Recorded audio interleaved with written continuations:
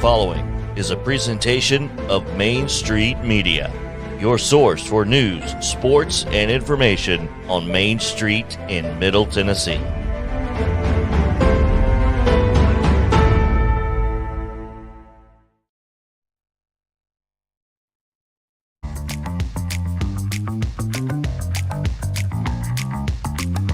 Welcome into a hump day edition of Main Street Sports Today. On the program, our weekly visit, talking NASCAR with WCYB TV's Heather Williams.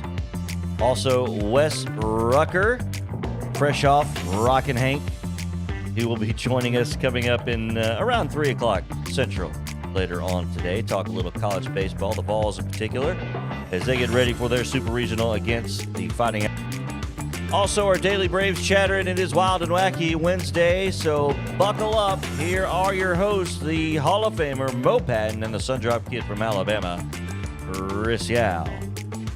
Welcome into this Wednesday edition. Glad to have you guys with us. It's been a fantastic start to the week, so we're going to keep it rolling here and get you to the backside.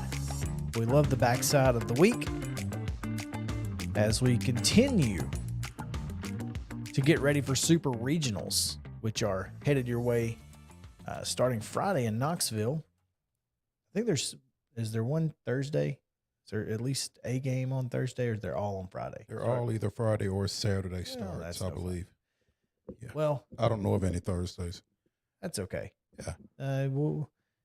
Softball can take center stage. So, yeah. So we're going to keep talking about the Super Regionals. Obviously, the Knoxville Regional, Super Regional, with Notre Dame coming to town, and Wes Rucker will break that down for us. Man, what a day it was today. It's supposed to be scattered thunderstorms, and I guess they scattered everywhere but Columbia, because I've not seen any anywhere. This guy, Mo. And here's the thing. This is the same guy, though. This is the type guy that would say he would sit in a press box at a baseball game. Man, this thing's going by fast. Man, this game is rolling right along, or something like that. You know, Oh, yeah. He'd actually say it out loud. Oh, yeah, he would. I mean, clearly. There's no reason not to. I mean, have you met me? I'm no jinx. I'm not the guy who pulls the 7 3/4 out of the hat instead of have you not seen the Andy Griffith episode where they try to rig up a raffle, and he, instead of pulling the right ticket out, he pulls out the hat size. Lord, there we go. That's not me. I don't know what you're talking about. Oh man. You know, when I was getting ready for today's show, I was typing out some of the scores and for the rundown, and I got to looking, and I was like, what happened to the sounds? Well, they got rained out last night, and so they're playing a doubleheader tomorrow, and that means that Ethan Small's start got pushed back yet another day. And I was looking on Twitter. I don't know. Have you seen this guy? Like, there's a picture of Ethan Small. Look, he actually looks like one of those old school pitchers because his jersey. He's so skinny. His jersey just kind of hangs off of him. I did not realize how skinny he was until we were down there for media day a few weeks ago and got a chance to actually see him up close and in person. I don't know. He's incredibly small. Yeah. I guess that's it. Well, that's not ironic at all. But yeah, I was looking through that and I thought, man, this is incredible. But anyway, good. Yeah, I guess that helps with Well, I mean, it's just kind of incredible that he can generate the type of velocity that he does at his size. Really, it is. If you're 6'4", 215 is what he's listed at. Okay, no. I don't think he's too anything. Yeah, it'd be that. I would be surprised. I mean, I'd give him 195. Yeah, but I mean, if I put him on a scale right now, I'm not betting on over 2. I'm taking the under on 2. Yeah, and certainly on 215. If you're headed to First Horizon Park tonight, they're giving away a straw front hat So it's a red hat, and the front looks like woven straw with a logo on the front. Snapback. So That's interesting. It's not the worst thing I've ever seen. no, it's an okay It's hat. not bad. It Okay. it doesn't It looks better than it sounds. It does. It does. Yeah. Perfect for the start of CMA Fest this week, I guess. So, I tell you, who was disappointed with the rain out last night was Charles Pulliam, our friend from the Williamson Herald, because he and Carrie were taking one of their dogs because it was Tail Wagging Tuesday.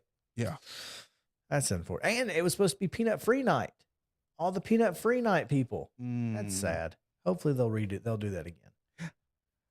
I thought of you guys last night when I was at home scrolling through Facebook, because one of my Facebook friends lives down in Memphis, and apparently she and a friend are doing a Taco Tuesday tour. Ooh. In Memphis. They're going around to different Memphis restaurants apparently and having tacos on Tuesday. I'm okay with this, JP. Maybe we should do that here in Columbia. Sure, as long as they're soft shell, right, Mo? Hey, y'all can do what you want to, man. Corn, baby. Got to get the fried corn. It's just not fun otherwise. I can't find her post now. Well, I could do some tacos on a Tuesday. Sure. I mean, we just go to a different taco joint on a Tuesday and report back on Wednesday of what you found. Yeah, this is not a bad idea. This may be a new segment. We'll get Amigos to sponsor or something. I don't know. Anyway, Amigos would have to be your first stop. I would think, if that's the case. We do have some sports to talk about today. We'll start opening tip. Mo, I thought this was a little surprising, but not nearly. I guess nowadays it's not as surprising as it would have been, I guess, 2 years ago? 3-star point guard out of East Nashville, Jalen Jones, announced on his Twitter yesterday that he wants to see change and he's willing to be the start of the change as he committed to Tennessee State University.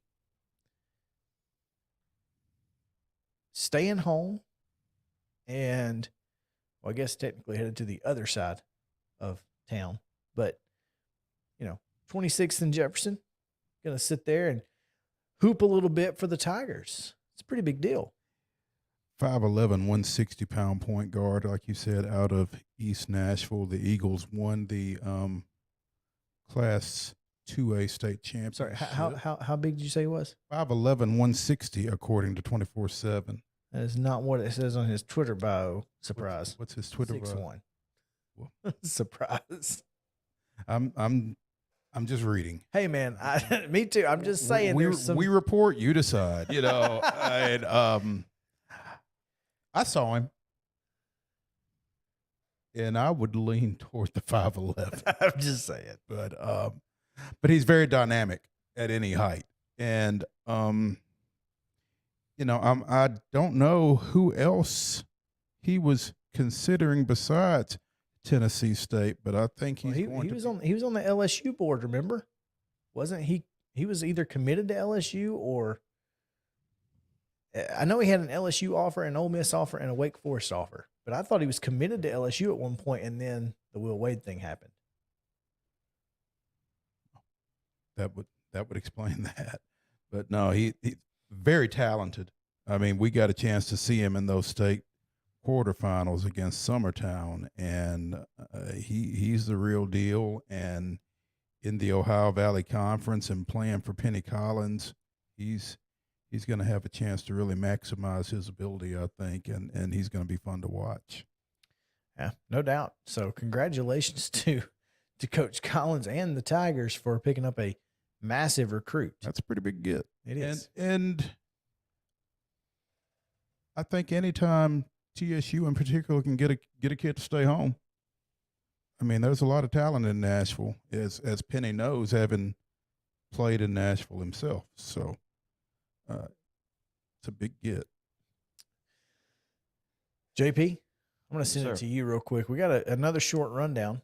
Okay. So I will let you take it over and tell us what happened yesterday and give us tonight's schedule on the rundown. Here's the rundown.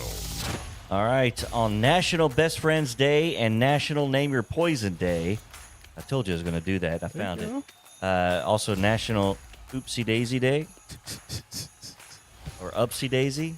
Oopsie daisy. Oopsie, but it's got it spelled UPS. Upsy. Yeah, They've got it spelled Upsy, UPSY. yeah, But That's I'm not pretty how it sure works. it's Oopsie. yeah. O-O-P. I've never heard of Upsie Daisy. No, neither. Oopsie what? Daisy.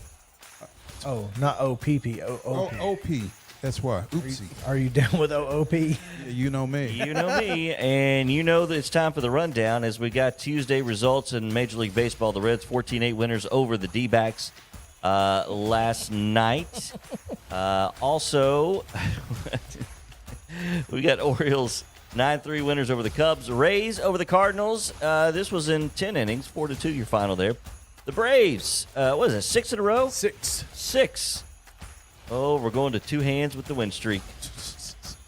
That's 2 win streaks in a row. That's right. 3-2 winners over the Oakland Athletics, and the Phillies downed the Brewers 3-2. Brewers can't even help us out, man. Come on, Brew Crew. Game 4 of the Lightning and Rangers Eastern Conference Finals of Stanley Cup, and it was the Lightning 4-1 winners over the Rangers. That series now tied at 2 games apiece, all while the Avs are waiting and resting. Or rusting. Or rusting. That's always the question. WNBA last night. New York Liberty over the Lynx of Minnesota, 88-69. Seattle, 72-60 winners over Atlanta.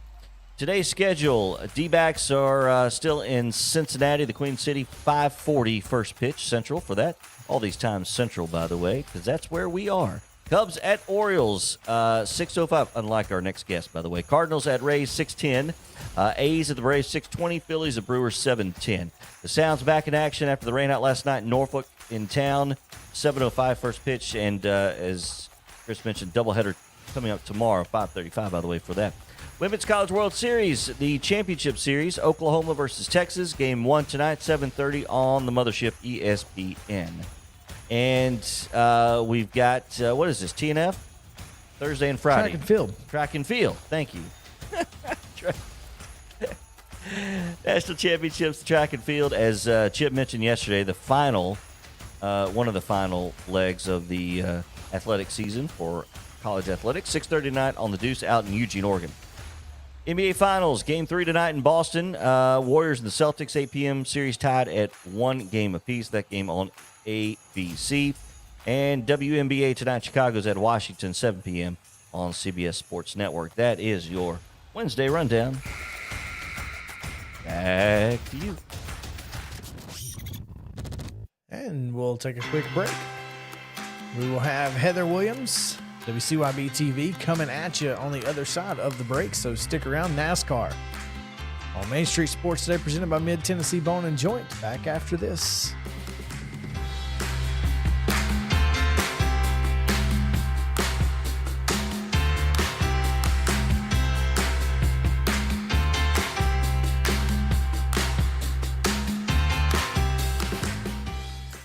Mid-Tennessee Bone and Joint treats your orthopedic injuries and existing conditions. Our trained physicians will get you back in the game faster. Contact us at 931-381-2663 or www.mtbj.net.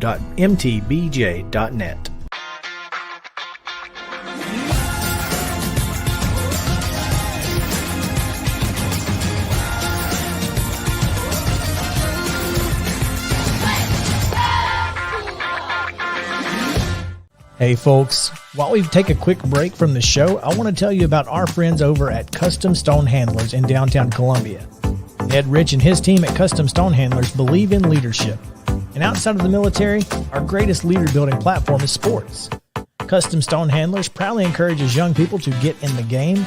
You can contact them today at 931-490-4990 or visit CustomStonehandlers.com. Jones and Lang Sporting Goods here in Columbia has been outfitting teams, officials, and anybody else from T-ball to college for 50 plus years. Be sure and check them out at 931-388-8060 or online at jonesandlang.com. Jones and Lang Sporting Goods, the look of a winner. Zion Christian Academy, zioneagles.org or 931-388-5731. You can schedule your appointment. Go tour their campus. It is beautiful over there, and you're definitely going to want to see it. Again, it's zioneagles.org. Give them a call, 931-388-5731, and schedule your tour today. Are you an enthusiastic sports fan? Want to have fun and get in on the action? Heck yes, that'd be awesome. Have great attention to detail? Want to stay active? Definitely. Want to give back to the student athletes in your community? Obviously, yes. Then you'd make an excellent high school sports official. We need more officials in Tennessee, because with no high school officials, there are no high school sports. Sign up today at highschoolofficials.com. Mid-Tennessee Bone and Joint has been the official sports medicine provider for Maury County Schools for more than 40 years. We specialize in orthopedic injuries, and our Ortho Quick walk-in service lets you bypass the ER. Visit us online at www.mtbj.net.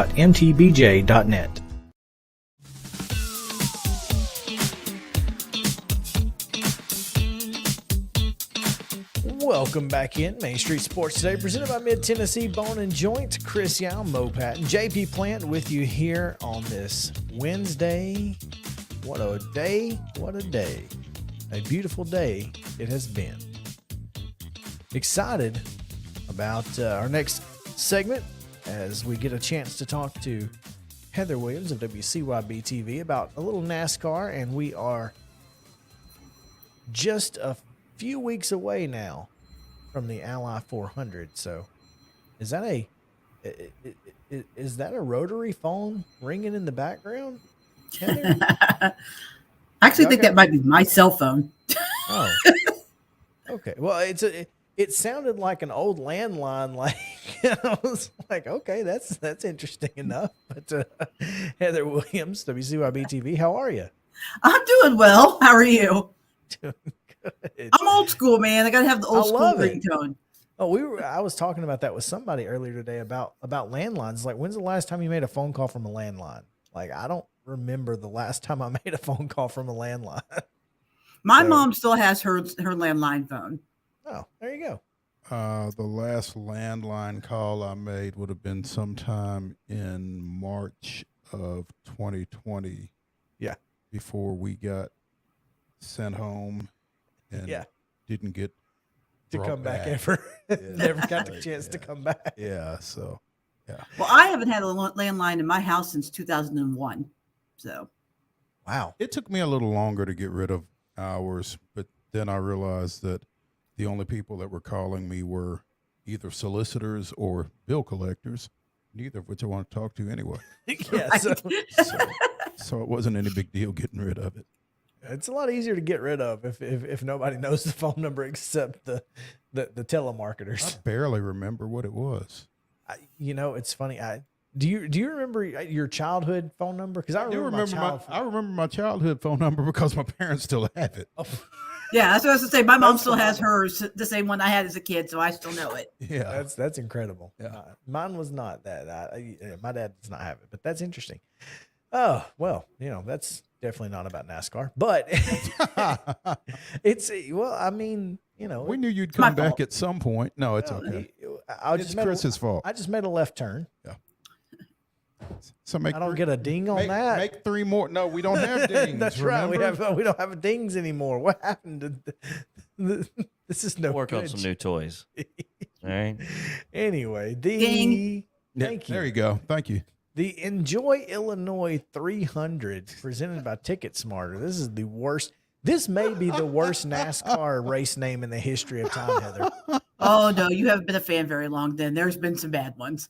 I don't know. I mean, there's been some weird Wasn't ones.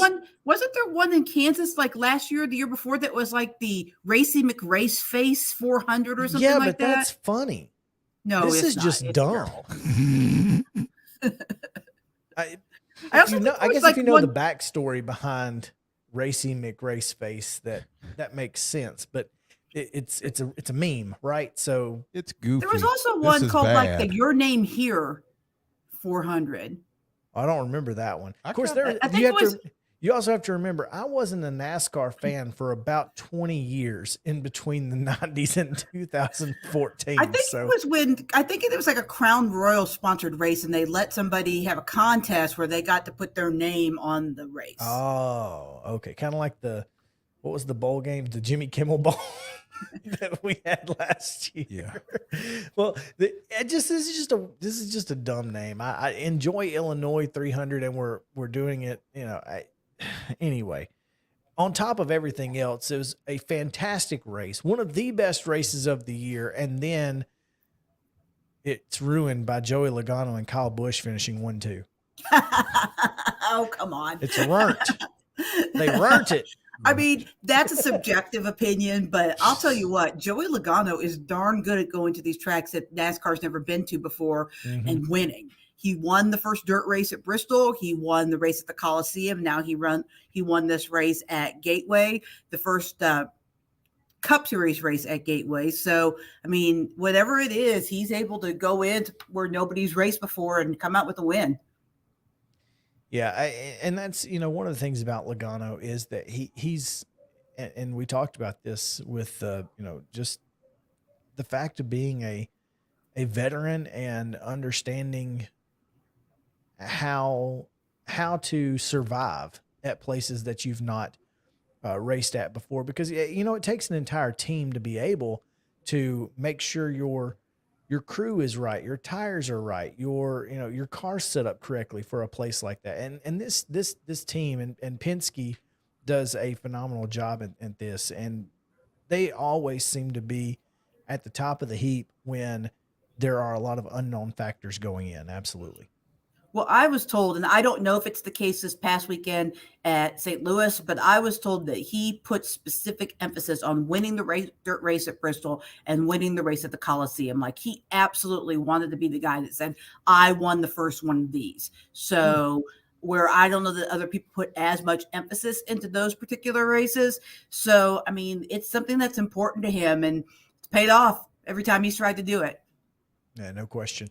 Well, I mean, and then you look at, his teammate, Ryan Blaney, you had him pegged in this one and finished fourth, top 5 finish. That's what you expect from this team. And then Austin Cindric at 11. So just missed the top 10.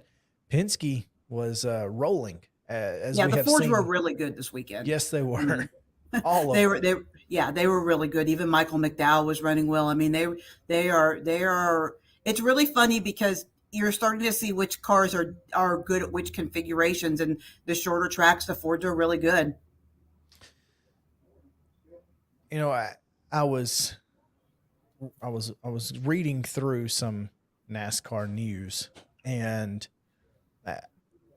for whatever reason, I just keep coming back to Ross Chastain and Trackhouse, because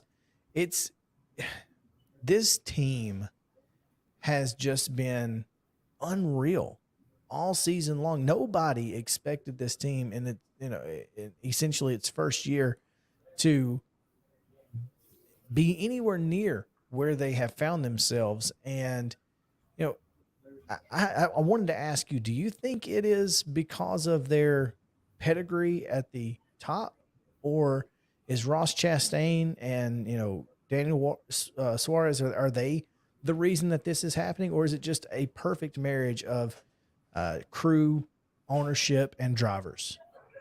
Well, I think it's a combination of things. I think, for starters, I think that people underestimated what the one team and Ross Chastain were capable of because they were switching organizations.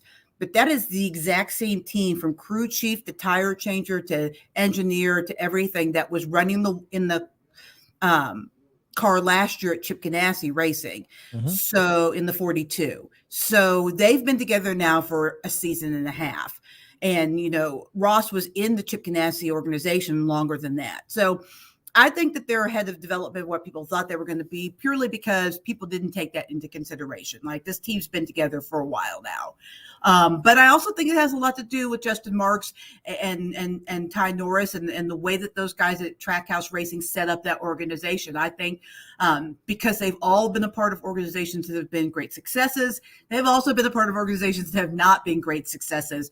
They've taken that experience and set these guys up in the best possible position to win, and it's paid off. I mean, they didn't have to make the mistakes that 23XI is making right now, because they've been there, done that. They've all been a part of other organizations and management and so forth. So they're just ahead of the game as most new teams, because they're new really in name only. Gotcha. And that makes a lot of sense. I've been impressed with them all year long, and they're impressive. What they're doing is really impressive. And Daniel Suarez, I think, is going to get a win this year. Like, I think even though that the performance of the 99 team has tailed off a little bit here in the middle part of the season, I think that, the right track and the right situation, they're up front enough that they're going to find a win, or a win's going to find them. Yeah, I mean, he won a stage at Charlotte. I mean, yeah, that's pretty darn impressive in and of itself. Yeah.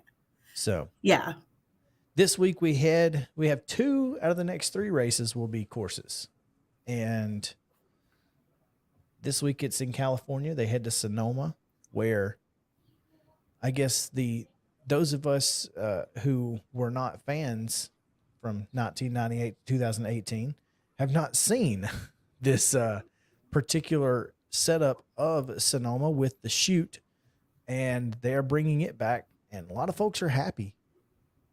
Yeah, there's a lot of drivers that haven't driven this. I just got off a call for my race show for next week with Tyler Reddick, and he's never driven it in this configuration. So I think it's going to be a new experience for a lot of drivers to drive it this way. It should be faster. It should make the race a little bit more entertaining. Not that Sonoma needs much more entertaining. I personally like it. It's probably my favorite of the road courses, because it's a little more technical, but it's wide enough for cup cars.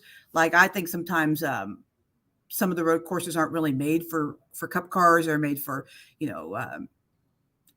Indy cars or F1 or whatever, rally cars, whatever. And so, but I think this is a really good car for the Cup Series to run. And I really enjoy this race. And it's also a race where you could see a few tempers fly, for sure.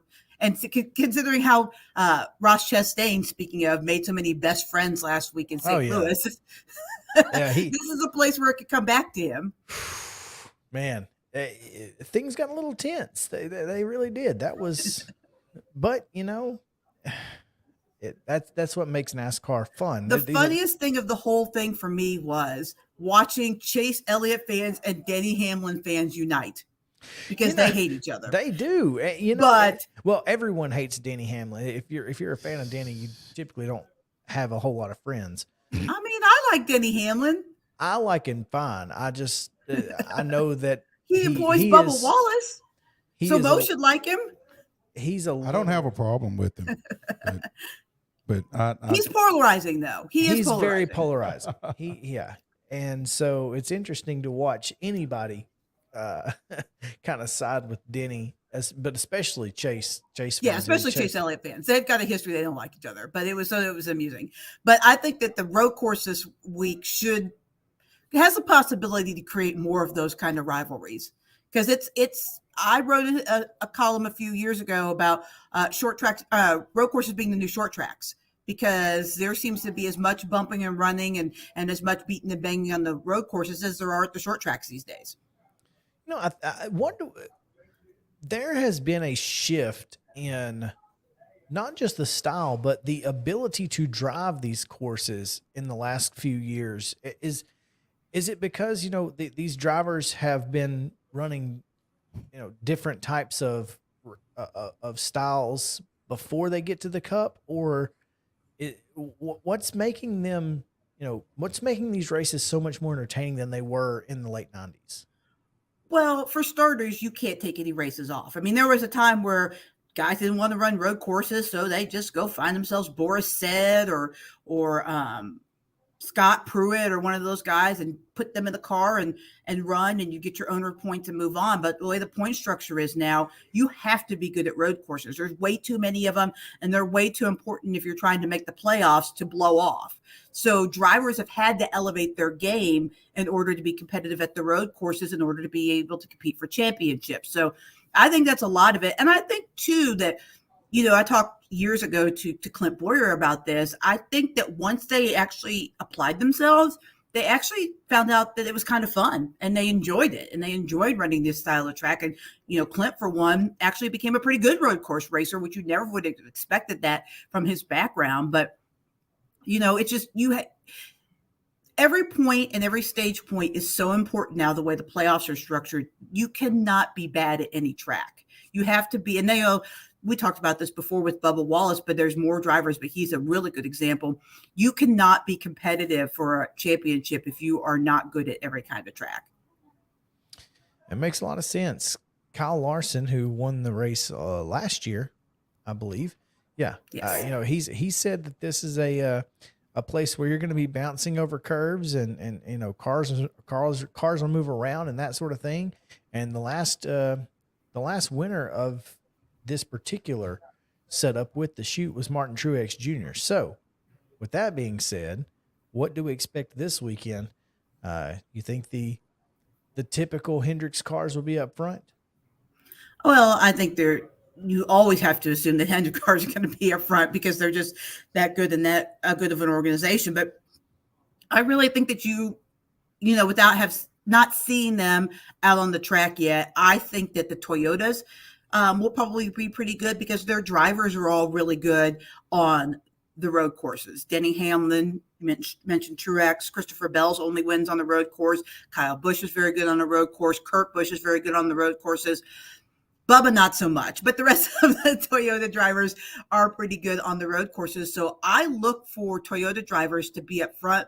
And I think that Martin Truex Jr. is very close to getting his first win of the year. And you mentioned he's the last guy that won on this configuration. So I think I would probably go with Truex. But given the fact that this is in the next gen car and the new configuration, I mean, it's kind of a wild card. I don't really know what to expect, but I like a guy with experience like Truex for sure. As long as he doesn't try to get payback to Ross Chastain too quickly. Well, there's going to be a long line to Ross Chastain, so you may have to wait a few weeks. That would be just take a ticket, take a seat. There we go. Take a number. There's going to be a few. And that's as long as it's before the playoffs. I'm not sure I care. Oh, well, man. it could be like Kevin Harvick last year trying to get payback on Chase, and then he got so nervous he wrecked himself. Right.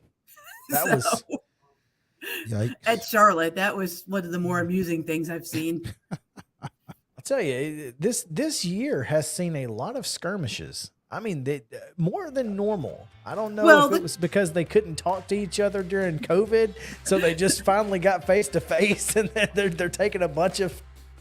I just think the cars are so equal. The cars are so equal and so tight that you're having to make evasive moves and moves that you probably wouldn't have made in the old car, and do things, cut people off or cut them close or slide job them, or any of the moves that you have to bump and run that you guys wouldn't have done in the past. And I think, especially when you look at a guy like Ross, who's super aggressive anyway, and people kind of take exception to the way he drives.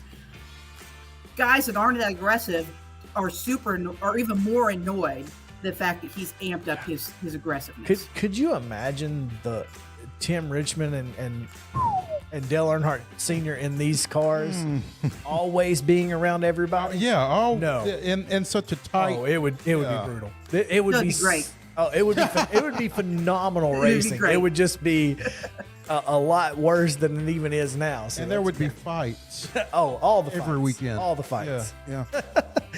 Heather Williams, WCYB TV. As always, we appreciate your time and looking forward to talking to you next week. Yeah, fun as always, guys.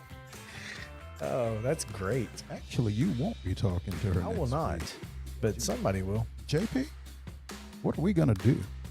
Oh, we can talk little cars. Or call your redneck friends. Yeah, I've been to a NASCAR race or two. Okay, well, good. And well, it's Nashville week. That's right.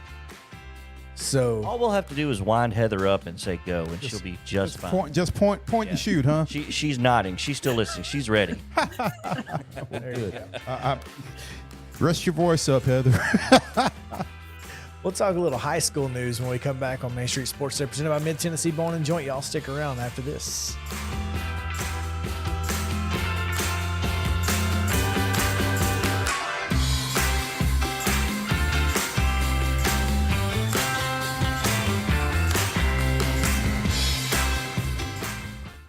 Mid-Tennessee Bone and Joint treats your orthopedic injuries and existing conditions. Our trained physicians will get you back in the game faster.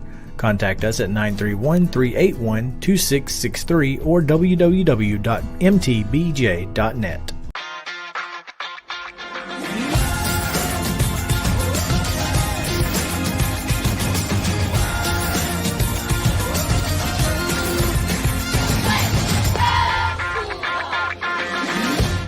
Hey folks, while we take a quick break from the show, I want to tell you about our friends over at Custom Stone Handlers in downtown Columbia.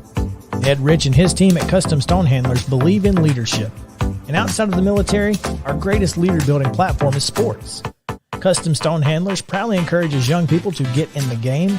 You can contact them today at 931-490-4990 or visit CustomStonehandlers.com. Jones & Lang Sporting Goods here in Columbia has been outfitting teams, officials, and anybody else from T-ball to college for 50-plus years. Be sure and check them out at 931-388-8060 or online at jonesandlang.com. Jones & Lang Sporting Goods, the look of a winner. Zion Christian Academy, ZionEagles.org or 931-388-5731. You can schedule your appointment. Go tour their campus. It is beautiful over there, and you're definitely going to want to see it. Again, it's ZionEagles.org. Give them a call, 931-388-5731, and schedule your tour today. A game without a crowd is just a scrimmage. A performance without an audience is just a rehearsal. Without your presence, high school sports and the performing arts aren't possible. Ensure that these essential extracurricular activities continue to enrich the lives of students in Tennessee. Purchase a ticket to your local high school's game or performance. This message presented by the TSSAA. Mid-Tennessee Bone and Joint has been the official sports medicine provider for Murray County Schools for more than 40 years. We specialize in orthopedic injuries, and our Ortho Quick walk-in service lets you bypass the ER. Visit us online at www.mtbj.net.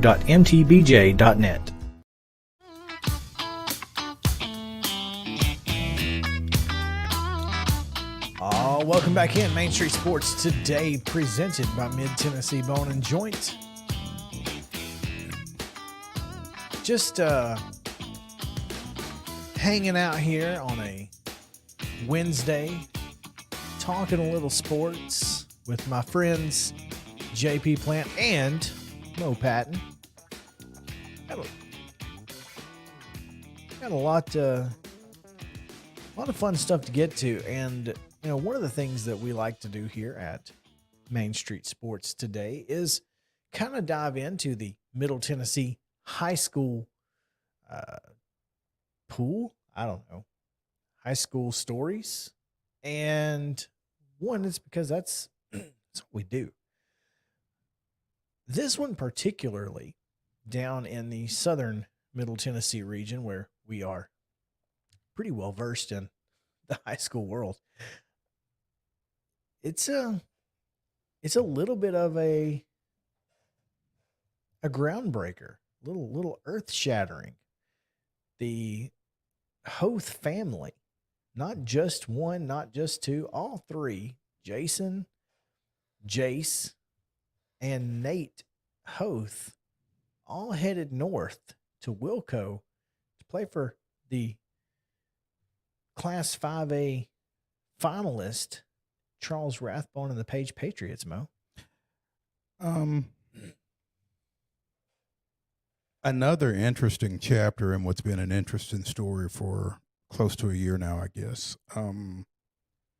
Jason Hoth was the head coach at Columbia Central for 5 years until last July. I think it was specifically July 11th, when one of the first acts of incoming principal Kevin Eady was dismissing Jason Hoth as head football coach. Jason joined the coaching staff at Spring Hill. Jace was a junior at that time, and Nate was an incoming freshman. Both of them stayed at Columbia Central as students. Again, Jason went to Spring Hill both as an assistant football coach and as a teacher. And His alma mater. His alma mater, exactly. And following the weekend of the Jamborees, decided that he wanted to be able to see his sons play football. So stepped away from the Spring Hill football coaching staff. Jace went on to become the Region 6-5A co-defensive lineman of the year. Columbia Central advanced to the second round of the playoffs. And Nate showed a lot of promise as a freshman. Both of them were involved in winter sports at Columbia Central. Jace played basketball. Nate wrestled. And once they got done with those seasons, they both transferred to Spring Hill. Neither of them took part in any football activities at Spring Hill. And so now all three, as you said, are headed to Page. Jason will be coaching inside linebackers. And Jace is getting set for hopefully a pretty big senior year, stepping into a team that, like you said, is the defending Region 6-5A champion and coming off of a state championship game appearance. And Nate he's going to make an impact somewhere there. You said Region 6-5A. Is there anybody in particular in that region that might warrant some consideration for circling dates on calendars? Well, it depends on who you ask, because if you ask Jason Hoth, listen, they're all circled. Listen. I've been watching because I did. I've been watching House. Mm-hmm. And there's one thing that House is adamant about in this entire thing is that patients lie. And so do coaches. Bottom line is coaches lie. All I can tell you is what the man said. I know that. I'm just saying, I guarantee you they might all be circled, but one of them's in red while the others are in black. Well, that one is Week 7, September 30th, and it's at Lindsey Nelson Stadium. It is, in fact, because it was at Page last year. So yeah, you will. But I mean, again, the return of the MAC. They're all circled, I guess. I'm looking forward to the schedule. I know Page is in the same region I'm used to being in. I'm excited to see a lot of familiar faces. Certain games are meaningful, but one of Page's biggest games is a non-region game, the first game of the year against Fairview, the Battle of 840. Get to go against my former team, my alma mater, Franklin. I coached with David Davis. I'll get to see a lot of familiar faces. I'm excited about that. You too can read that in the article that's on our website at mainstreetmurray.com or in our print edition, actually, as well.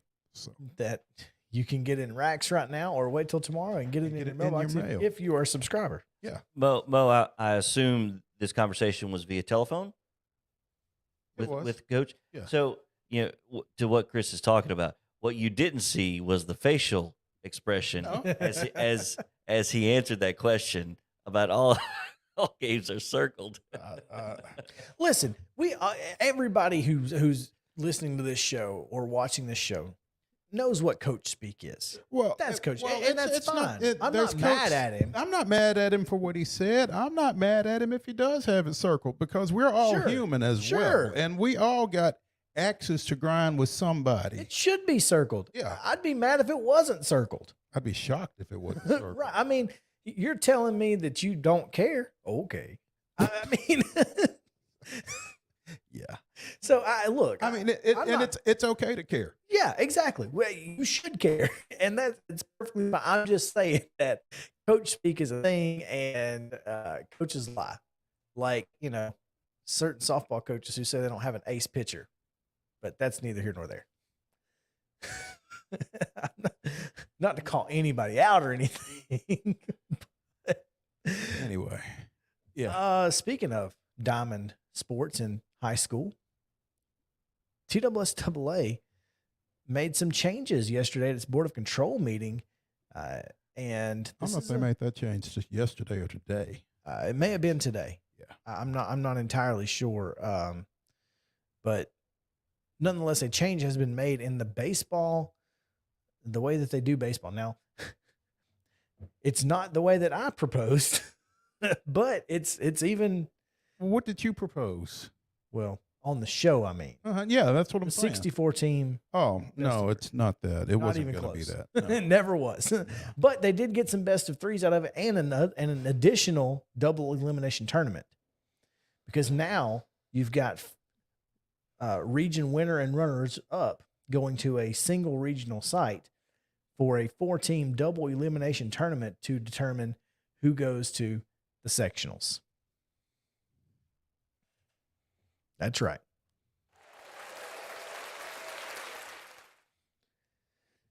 It's a lot of games. You're talking a lot of baseball. So your region tournament is going to be double elim. 4-team. 4-team double elimination. That's correct. A la NCAA regionals. That's correct. So somebody could wind up playing 7 games. I don't think you can play 7. You can play 1, 2, 3, 4. You can play 6. The 7th game is the winner's bracket final. So if you're somebody could play 5 games. They could play 6. 1, 2, 3, 4, 5, 6. 4 teams total double elimination. You could play 6. You can't play 7. The 7th game you wouldn't be in because it's the winner's bracket final. But you would be in every other game if you lose the first one and play the if necessary. You would play 6 games. So, because the only game that you wouldn't be in again is I guess you're right. It is 5 because you're not playing the game above you. 1, 2. Tournament will have 7 total games. No one team will play all 7 games. Right. You can't play. It is 5. You're right. It's a bit confusing because the regionals you hear. The Monday, if necessary, games were all game 7. Game 7, but nobody played in all 7 of those. It was games. just the 7th game of the whole week. Right. But someone could conceivably play 5 games. Correct. You lose your first one and go all the way. And here's the thing. Yeah. I'm not sure. I mean, once you get to that 7th game, you're guaranteed a spot in the sectional a la sub-regional. That's now a 3-game set. They've basically set this up as the college playoffs. This is now exactly the way that the College World Series playoffs are constructed. And what's interesting is you made the comment earlier this week about arms. College programs not necessarily having the arms to get through that regional, but you're asking high school teams to do it at the state level. Well, now you're asking them to do it at the regional level. Well, yes. I mean, the 4-team is it's not completely different. It's a little different, but it's certainly not. I mean, no, it's a lot different because you you had region semifinals, you had region finals, 2 games. Yeah, but the region final and region winner and loser advance. Mm-hmm. So who advances out of this? I assume that's the only way to get to a sectional is to have. Well, you gotta. So the 2 region finalists will advance to sectionals. You would think. It's just, at a time when you're concerned about arm care and player safety and that kind of thing, adding games. I'll be interested to see what the schedule ramifications are. Yeah, the only thing it changes is that district tournaments, according to, the district tournaments must be completed by May 9th. But I wonder if you will play fewer games during the regular season to prepare yourself as to not overuse your I don't think you can play fewer games because while you don't want to overuse pitchers, you've got to develop pitchers. And the only way to develop them is they got to pitch. Maybe you're going to end up seeing a lot of teams pitching a lot of folks who aren't pitchers during some regular season games that you probably shouldn't. And that's a great idea. Yeah, it's going to be interesting. It's going to be real interesting. And what's interesting on top of it is apparently it was baseball only. It wasn't baseball and softball. Correct. It's just baseball. So, well, I have. There were some other discussions at the Board of Control meeting, and we'll talk to Tyler Palmatier tomorrow about some of those, including classification, the discussion around travel, and that extra fourth classification, and so I'm interested to know who the new assistant executive director is. There, which was item number 36 on the agenda. Nobody made it that far. Oh, but yeah, tomorrow, Tyler Palmatier will talk a little more about the Board of Control meeting from this week. So come back with us tomorrow. But right now, come back with us and we will talk a little Braves. We'll get to West Rucker and Wild and Wacky Wednesday all in the next set. So stick around. Main Street Sports Today presented by Mid-Tennessee Bone and Joints. Back after this.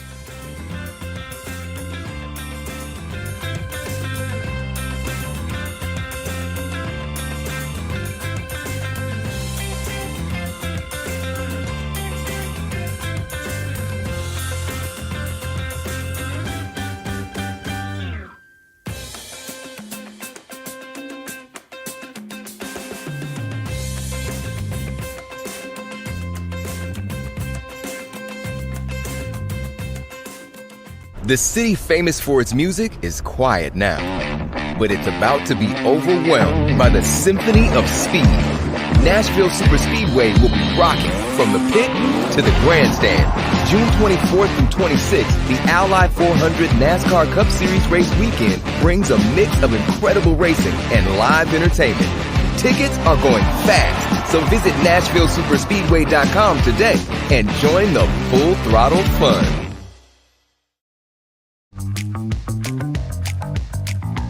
Time of the second half of Main Street Sports today. Coming up, we'll be joined by Wes Rucker 24/7 Sports, talking a little college baseball and other fun topics from East Tennessee. Also, Wild and Wacky Wednesday still to come.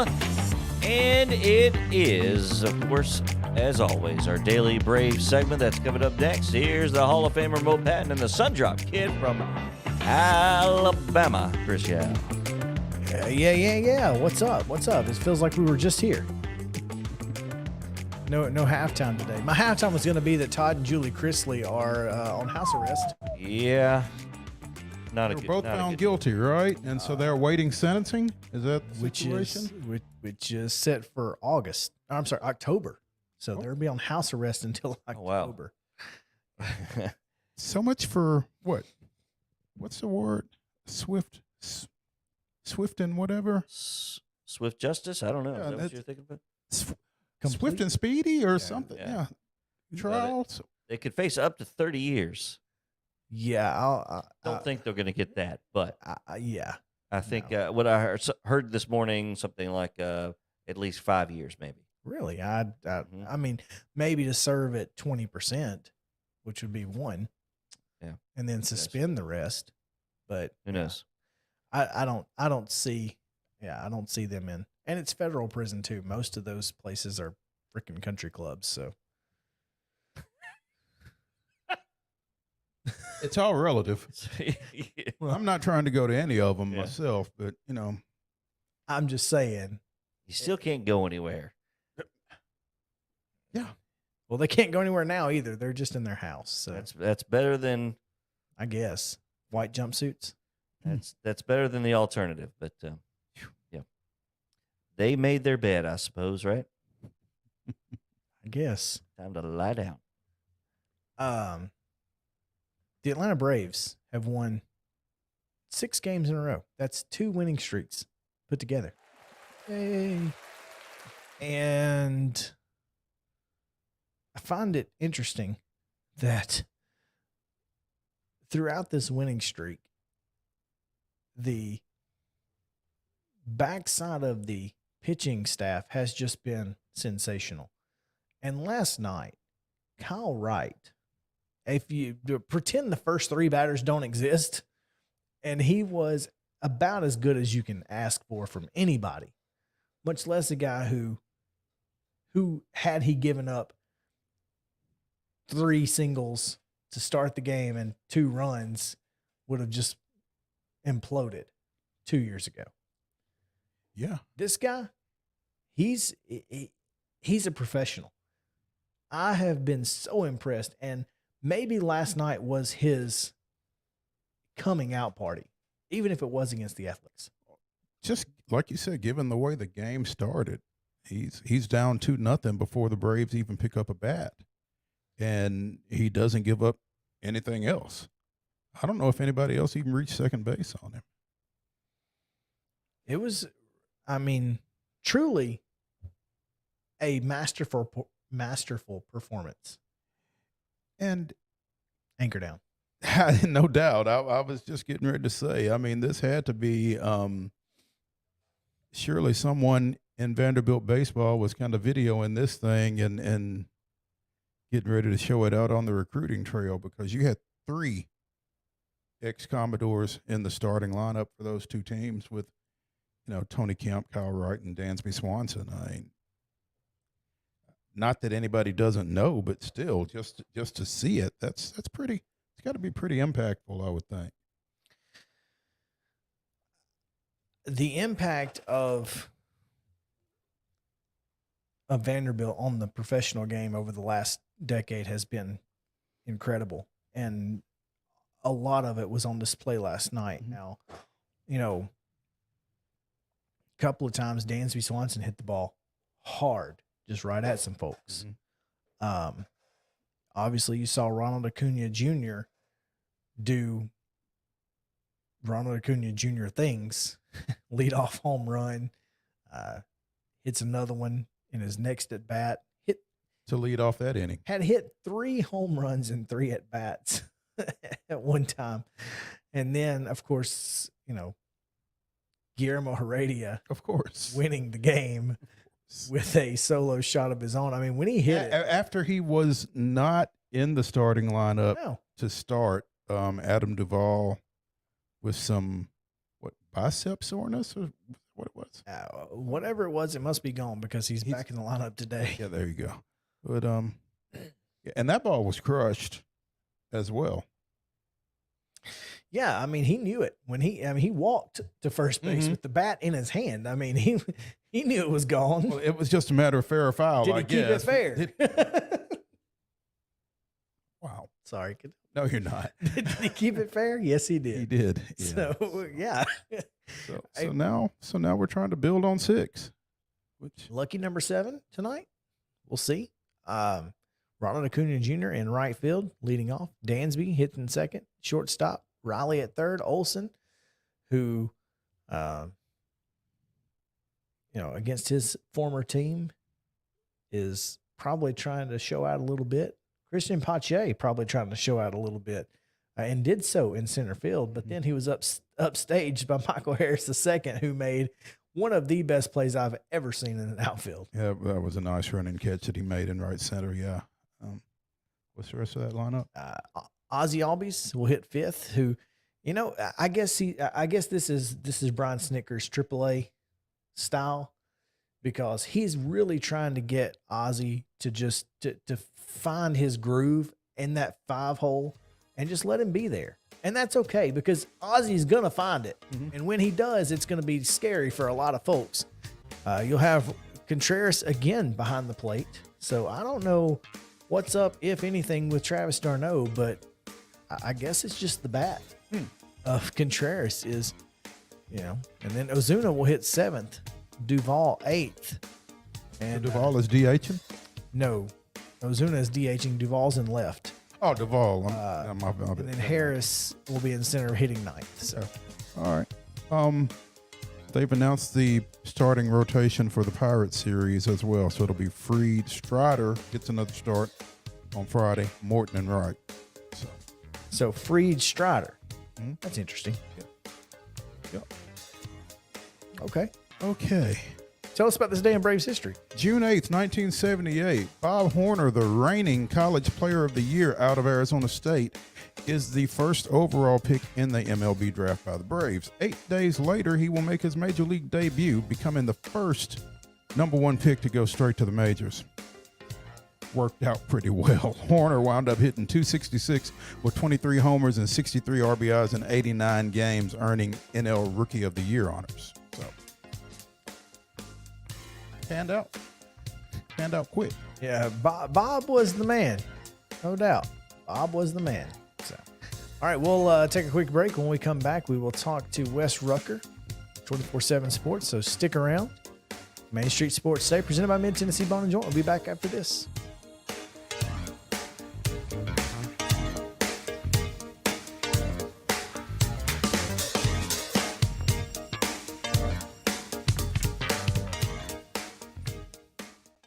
Mid-Tennessee Bone and Joint treats your orthopedic injuries and existing conditions. Our trained physicians will get you back in the game faster. Contact us at 931-381-2663 or www.mtbj.net.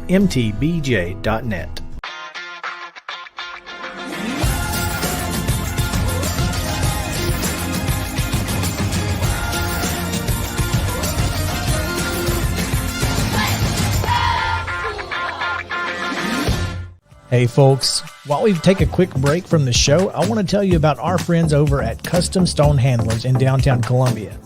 Ed Rich and his team at Custom Stone Handlers believe in leadership. And outside of the military, our greatest leader building platform is sports. Custom Stone Handlers proudly encourages young people to get in the game. You can contact them today at 931-490-4990 or visit CustomStonehandlers.com. Jones & Lang Sporting Goods here in Columbia has been outfitting teams, officials, and anybody else from T-ball to college for 50-plus years. Be sure and check them out at 931-388-8060 or online at jonesandlang.com. Jones & Lang Sporting Goods, the look of a winner. Zion Christian Academy, ZionEagles.org or 931-388-5731. You can schedule your appointment. Go tour their campus. It is beautiful over there, and you're definitely going to want to see it. Again, it's ZionEagles.org. Give them a call, 931-388-5731, and schedule your tour today. A game without a crowd is just a scrimmage. A performance without an audience is just a rehearsal. Without your presence, high school sports and the performing arts aren't possible. Ensure that these essential extracurricular activities continue to enrich the lives of students in Tennessee. Purchase a ticket to your local high school's game or performance. This message presented by the TSSAA. Mid-Tennessee Bone and Joint has been the official sports medicine provider for Maury County schools for more than 40 years. We specialize in orthopedic injuries, and our Ortho Quick walk-in service lets you bypass the ER. Visit us online at www.mtbj.net.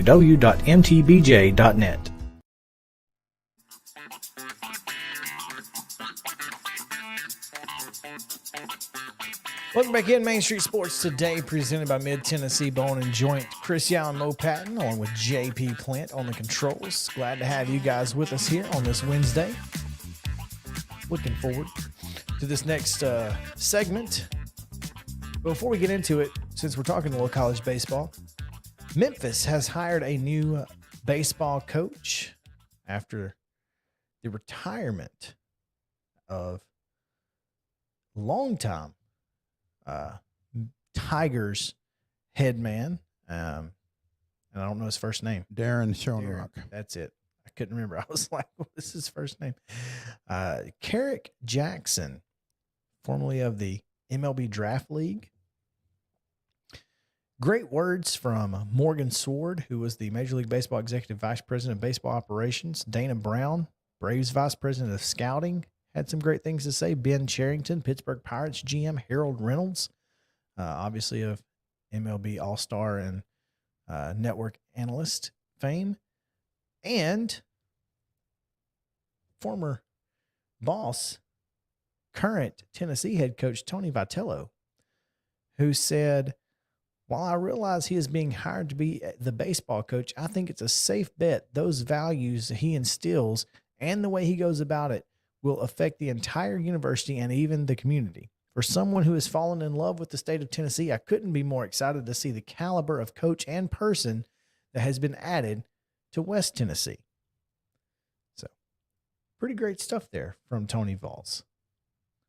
Pretty great stuff for Memphis. That's a pretty big hire coming out of Southern. So, looking forward to seeing what he's able to do out in West Tennessee, East Arkansas, North Mississippi. They went from 9 wins in 2018 to 32 wins in 3 years later with a conference championship and a NCAA tournament berth. So Southern? Yeah. So it's pretty darn good. Gets it done in a hurry, apparently. So yes, and there's a kid. Grace Christian's got a kid, an outfielder who is committed. Jordan Carter is committed to Memphis. So I guess he signed. So should be fun. This area tends to send a few kids that way. I think there might be a kid at Goodpasture as well that's going to Memphis. So looking forward to see how that goes. But also looking forward to this weekend at another Lindsey Nelson Stadium. Same Lindsey Nelson, different stadium. Absolutely. Different locale as the national #1 seed Tennessee Volunteers get set to take on Notre Dame in a super regional. And again, we are being joined by Wes Rucker of 24/7 Sports. We had hoped to get Wes on Monday, but I'm just going to read you this text string. Reached out to Wes a little bit before the show and asked him if he was still good for 2:15, and that was a little bit before the show. And so when we didn't hear back from him, we kind of panicked, and we reached out to Chris Lee, who we did have. But Wes came back to us and said, "Oh yeah, I'm fine. Was rocking Hank when you texted and called." And I read this, Wes, to my co-host, who, when I said, "Was rocking Hank when you texted and called?" For the next hour and a half throughout our show, Wes, I thought you just had Hank Jr. cranked to 11 and you were singing Family Tradition before we texted you. I mean, I probably got cousins all over the southeastern United States that might have been doing that at the same time. But for me, no, I was actually rocking the ornery 5-month-old to sleep. And today I had to go get fitted for a suit for my brother's wedding with a angry 5-month-old in tow. So I don't recommend doing that either. That's a disaster. Well, congratulations to your brother, and if he needs a DJ, I know a guy. And I'm glad that you were rocking your son. I can rock Hank at your brother's wedding as the DJ if you need to. I'm glad you were rocking your son. Yes, that's. I swear, Wes. I thought you were, just Hank. Why do you drink? And you just missed. I'm not going to say I've never done it before in my life. But you weren't Monday afternoon. Yeah. Not to the best of my knowledge. No, that would not be a Get Your Child to Sleep song, probably. No, I don't think so. Wes, the one reason that I wanted to get you on this week to talk about UT baseball was to specifically talk about Tennessee catcher Evan Russell and the irresponsible comments that were made by an ESPN commentator on Friday night regarding his unavailability for the first 2 games.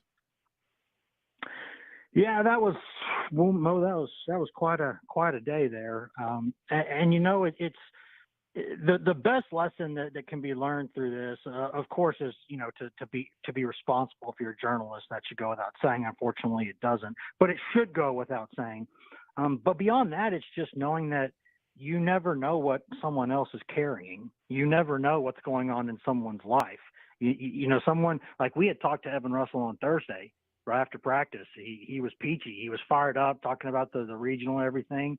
But here's a young man who has some, anxiety, stress issues, and just Friday was just not a good day. And it alarmed a lot of people in the program, obviously. And, I don't think Tennessee handled it the best way.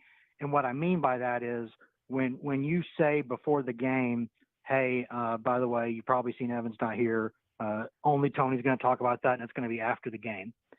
That gives everybody in the country like 4 hours or 5 hours to start spreading rumors. And that's exactly what's going to happen. And I think when you have a Tennessee baseball team that people just do not like, right? You're either in orange or you hate these guys. That's just how it is. They've built that persona from the top down. That's who they are. They don't apologize for it. But when you do that, and you put up numbers like they have, you're going to have accusations. They've been following this team all year long. Either they're cooking the bats, they're juicing. I mean, we're conditioned to think that anytime a home run record in baseball goes away, that it's probably something wrong that went into that, right? I mean, that's just kind of how we are these days. And people don't like the Tennessee team. They kind of treat them like, UNLV basketball back in the day, or like Miami football in the 80s. They, the Fab Five in some ways. They just don't like these guys. And so that started the whole thing. And, that Troy Eklund had played baseball at Arkansas, and he covers a lot of those Arkansas games at ESPN. So, he's talking to people in a program who absolutely hate Tennessee for different reasons. And, one thing leads to another, and that's what you get. It's unfortunate because I don't think Tennessee handled it great, to be honest with you, but I don't think that excuses what happened, because that should never happen. I'll agree with that. I was just amazed at, like I said, the irresponsibility and really the lack of consequence. I tweeted Saturday morning that surely this guy has to be pulled off the broadcast for the rest of the weekend at the least. I mean, he apologized and then life went on, and that just seems to me like there should have been more repercussions for that than that. Could have been, yeah. I mean, Mo, and the reason why I put out a tweet Friday night, I said, guys, I don't know what to tell you. Tony Vitello's post-game press conference does not match the level of concern and awkwardness people have had all day long. And I stand by that because it's the truth. It was what was happening. But the reason I said that was there were a lot of people, like there were even a couple of people who are Evan Russell's friends who were trying to get a hold of me, asking me if I thought he was okay. So there's some stuff there, right? Like you never know. Someone can be in the public eye, and when you're in the public eye, you lose a tiny bit of your right to privacy, and that's just how it goes. But that does not give people license to say things that are fundamentally not true. And there are people I know who work at ESPN who were furious about this, absolutely furious and embarrassed and angry. And you're right. I mean, legally, I'm sure they handled the thing the way that they have a playbook for these kinds of things, and I'm sure they went down that playbook. But yeah, I mean, the him just apologizing and moving on seems. I don't like to turn on fellow media, but I don't think that's right. Well, here's the thing, though, Wes. I mean, for the rest of us to maintain our credibility, you have to call that type thing out when it's out there. Absolutely, you do, because there are a lot, and a lot of people think that, that police officer or that media people are in a sense like, police officers who will always defend their own no matter what. And there is a tiny element of truth to that, or else it wouldn't be kind of one of those old wives' tales. It's kind of a cliche for a reason. The media people tend to protect media people. It's just how it is. But I've always been of the belief that if you are going to do something that casts a negative light on what I do, well, then you've lost that privilege for me. I'm not defending you because you're making me look like an a-hole. Absolutely. And I don't appreciate that. There may have been some repercussions that we aren't aware of on the backside. Did he not work the rest of the weekend? I'm saying that he may have been scheduled to work a super regional, and now he's not going to be able to, or whatever, that we don't know about. And that's an issue for ESPN. Maybe they didn't have anybody else that could get out there. I don't know. I'm just saying that there may be some long-term repercussions for him on the backside, but we don't know about them, and I'm not sure that really takes care of the issue. If we don't know about the repercussions, do they exist?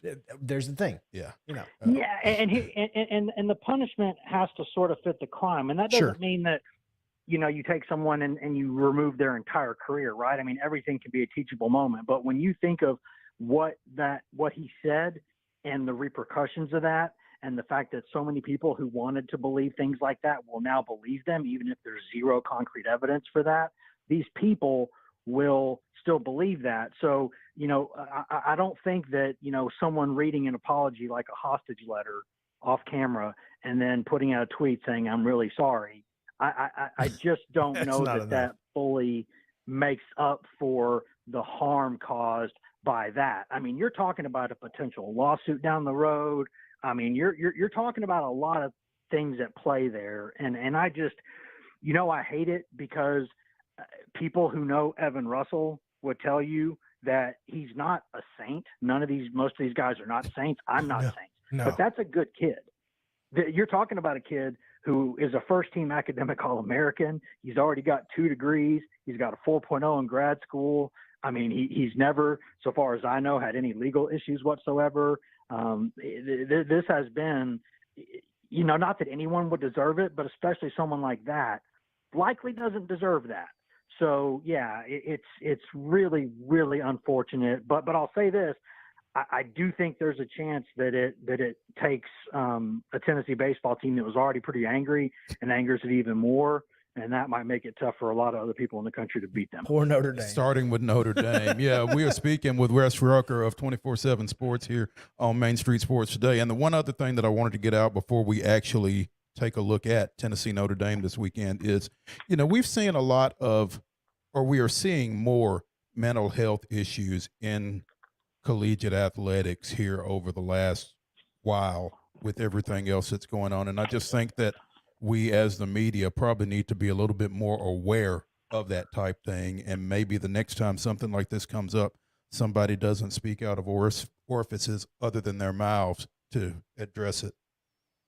Yes, I mean, absolutely. And there are lessons that go back a long time with this. And now, especially with social media, these kids have nowhere to hide. It's not like the old days where they can go home, go to their dorm room, turn off the radio, turn off the TV and get away from it. Like their phones are buzzing all the time now.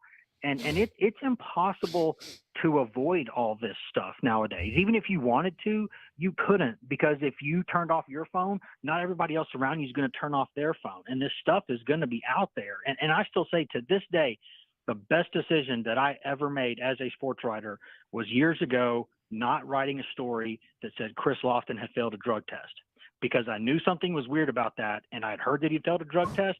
And I was like, I don't know what's going on there. That's weird. I wouldn't have picked him to do that. And the reason he failed it is because of his cancer.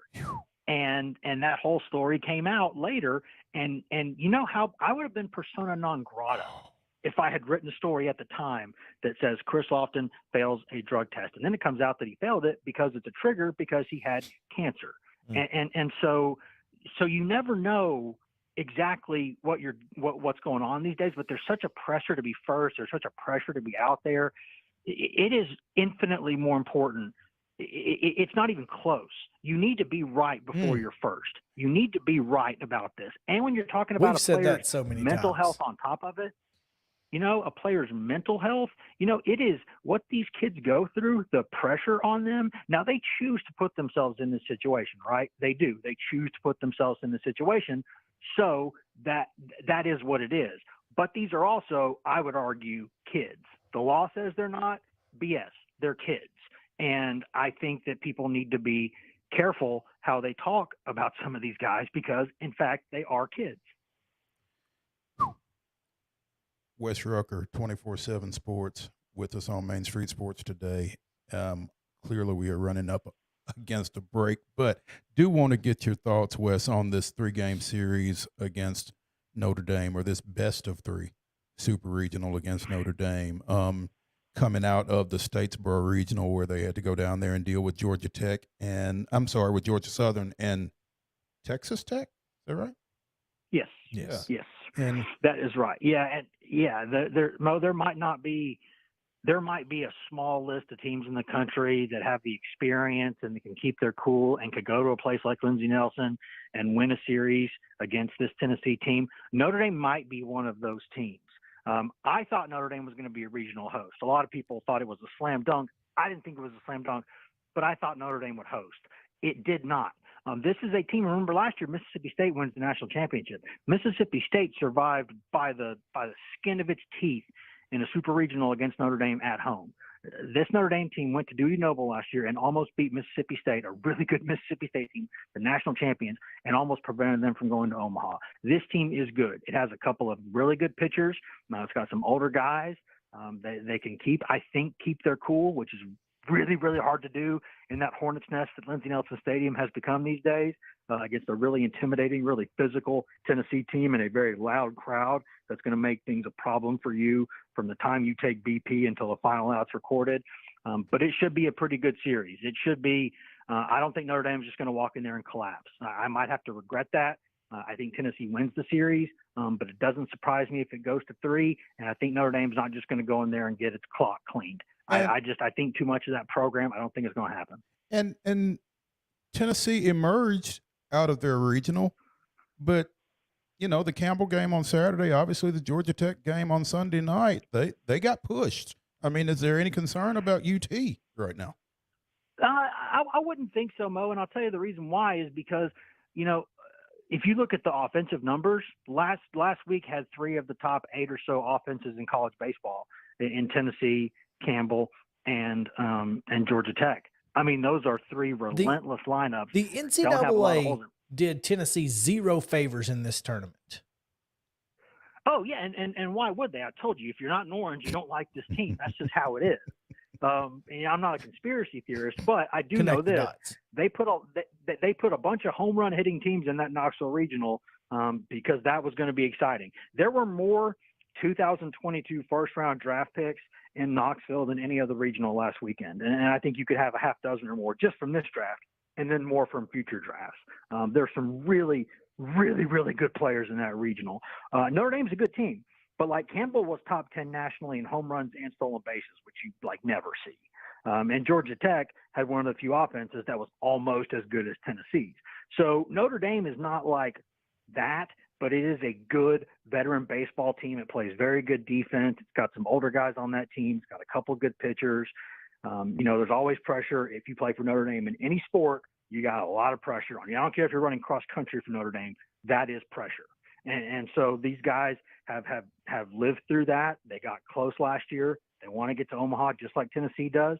Tennessee doesn't have a predestiny thing. They were not ordained from birth with a birthright to go to Omaha. They got to go beat Notre Dame. And I think it's going to be a fun series. I think Tennessee wins it, but I don't think it's going to be easy at all. Yeah. Wes Rucker here on Main Street Sports Today, presented by Mid-Tennessee Bone and Joint. Wes, thank you so much. And, hey, go rock some Hank. Whether it's junior or go rock Hank. I might try to do a tiny bit of yard work here, so I might put them on the old. There you go. When I go out there, so we'll see. It'll get you fired up, I tell you. Wes, thank you, man. Thanks, guys. Have a good one. We appreciate it.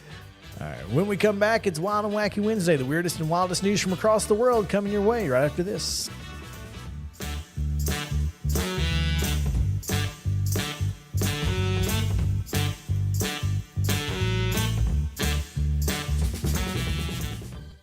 Mid-Tennessee Bone and Joint treats your orthopedic injuries and existing conditions. Our trained physicians will get you back in the game faster. Contact us at 931-381-2663 or www.mtbj.net.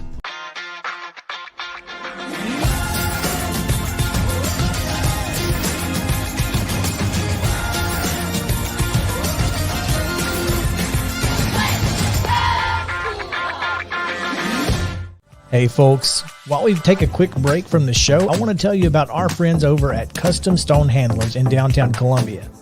Ed Rich and his team at Custom Stone Handlers believe in leadership. And outside of the military, our greatest leader building platform is sports. Custom Stone Handlers proudly encourages young people to get in the game.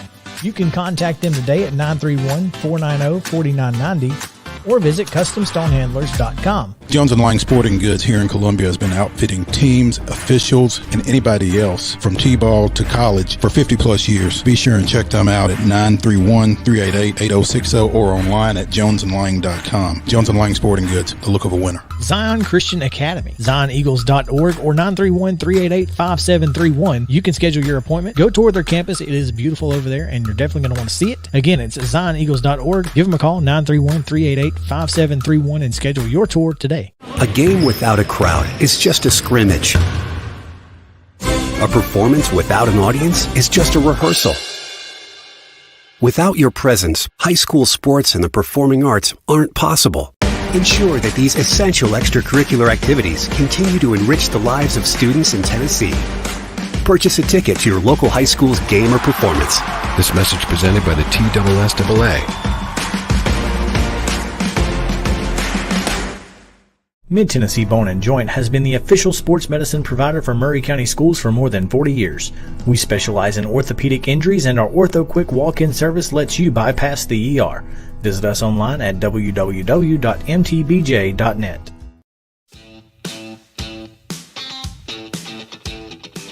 Welcome back in Main Street Sports Today, presented by Mid-Tennessee Bone & Joint. Time now for the weirdest and wildest news from across the world, folks. It's Wild and Wacky Wednesday. The two zaniest guys this side of the Duck River, myself and Mo Patton.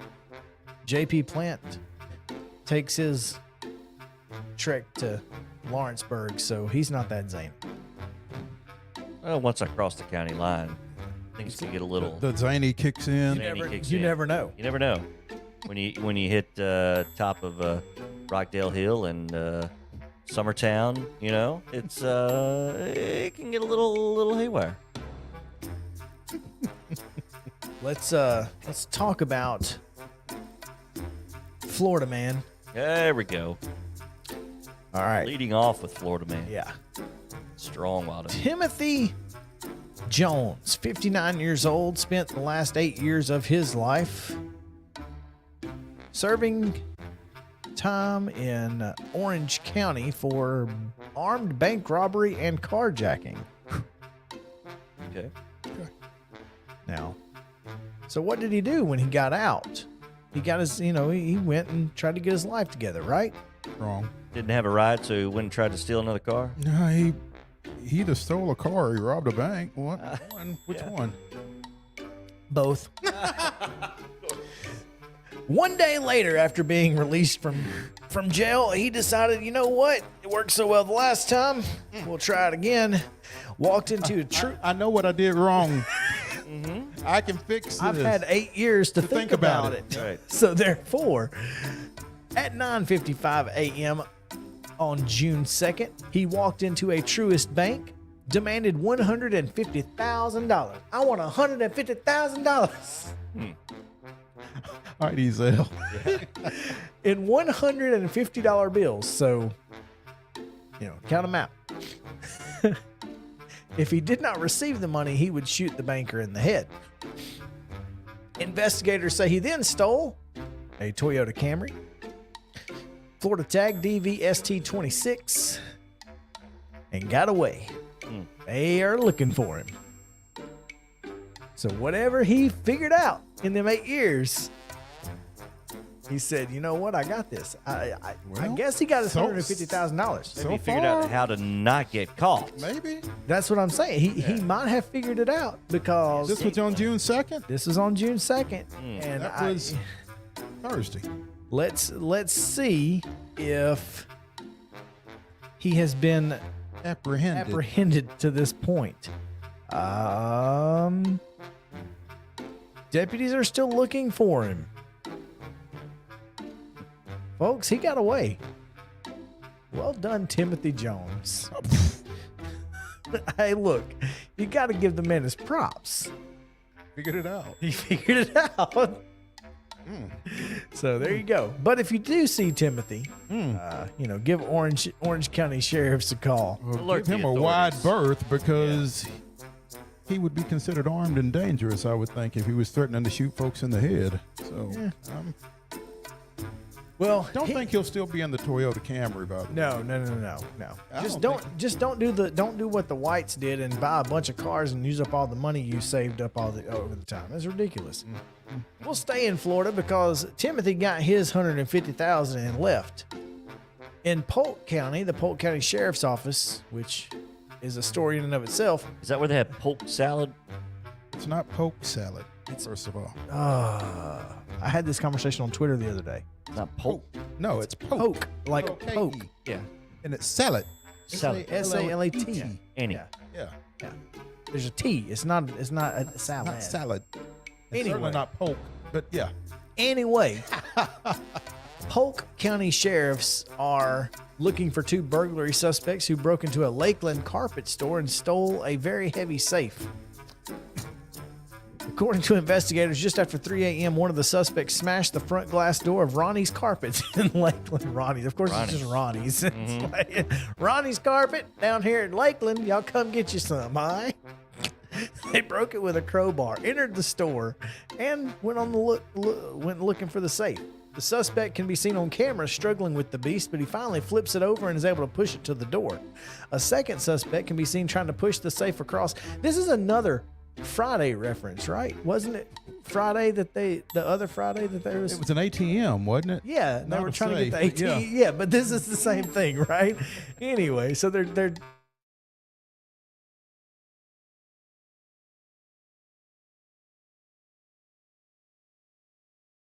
into the car and they take off. And Crime Stoppers in a social media post, quote, "We would have loved to have seen their faces when they opened it and managed to do that and saw there was nothing inside." They stole a safe. They stole a safe. That is what they got.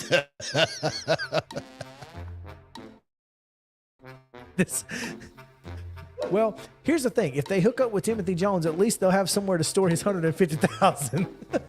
While they're all in jail. Yeah. Good Lord. Oh, man.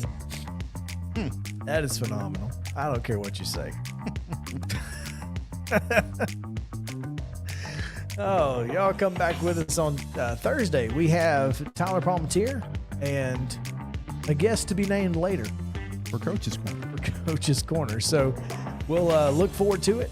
We'll have plenty to talk about. We'll talk a little Women's College World Series after tonight's Game 1. We may talk a little NBA just a tad because we got Landon Seekers coming on Friday to tell us about all the good stuff. So plenty to get to the rest of the week. Looking forward to it. 2 o'clock here on Main Street Sports Today. We appreciate you guys hanging out with us. For JP and Mo, I'm Chris saying have a great day. We'll talk to you tomorrow.